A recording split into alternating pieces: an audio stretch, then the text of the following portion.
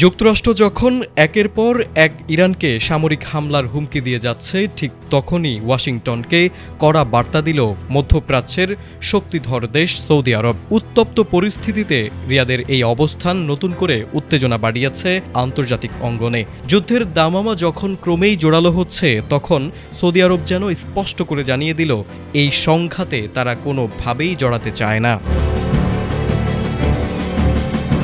ইরানের বিরুদ্ধে কোনো সামরিক অভিযানে নিজেদের ভূখণ্ড কিংবা আকাশসীমা ব্যবহার করতে দেবে না সৌদি আরব। সৌদি সরকারের ঘনিষ্ঠ দুটি সূত্রের বরাতে এমন তথ্য জানিয়েছে বার্তা সংস্থা রয়টার্স। সূত্রগুলো বলছে, যুক্তরাষ্ট্রের সম্ভাব্য হামলার হুমকির প্রেক্ষাপটে তেহরানকে সরাসরি এই বার্তা পাঠিয়েছে রিয়াদ। অর্থাৎ ইরান বিরোধী কোনো অভিযানে সৌদি আরব থাকবে না, এই সিদ্ধান্তে তারা অনড়।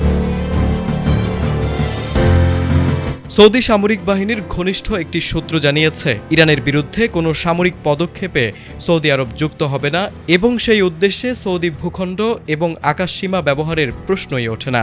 সরকারের ঘনিষ্ঠ একটি সূত্র একই তথ্য নিশ্চিত করেছে। মূলত এই ঘোষণার মধ্য দিয়ে যুক্তরাষ্ট্রকে পরোক্ষভাবে সতর্ক করল রিয়াদ। এই কড়া অবস্থান এমন এক সময়ে সামনে এলো যখন ইরানে চলমান বিক্ষোভ দমনে সরকারের কঠোর পদক্ষেপের জেরে যুক্তরাষ্ট্র সামরিক হামলার হুমকি দিয়ে আসছে।